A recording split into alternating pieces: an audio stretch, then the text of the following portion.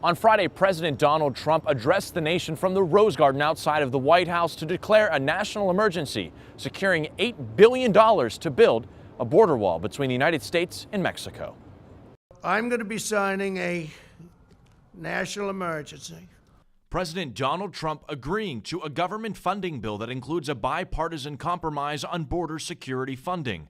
But the $1.375 billion agreed upon by Congress just isn't enough for the president. Trump raked together approximately $8 billion by reallocating defense and treasury funds and declaring a national emergency. We took to the streets of Pittsburgh to hear what the taxpayers funding the wall had to say.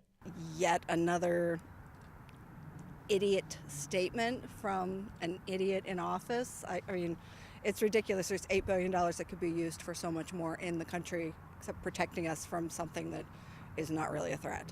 Mr. Trump plans to gather his $8 billion in funding for the wall by using the $1.375 billion from Congress legislation, $601 million from the Treasury Department's forfeiture fund, up to $2.5 billion from the Defense Department's counter-drug activities, and up to $3.6 billion diverted from the Pentagon military construction funds.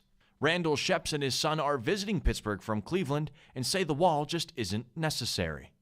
I think it's crazy, if you ask me. I mean, I think it's something that isn't really necessary, and I think it takes that whole declaration of emergency and kind of degrades it to a point where it doesn't really mean anything anymore.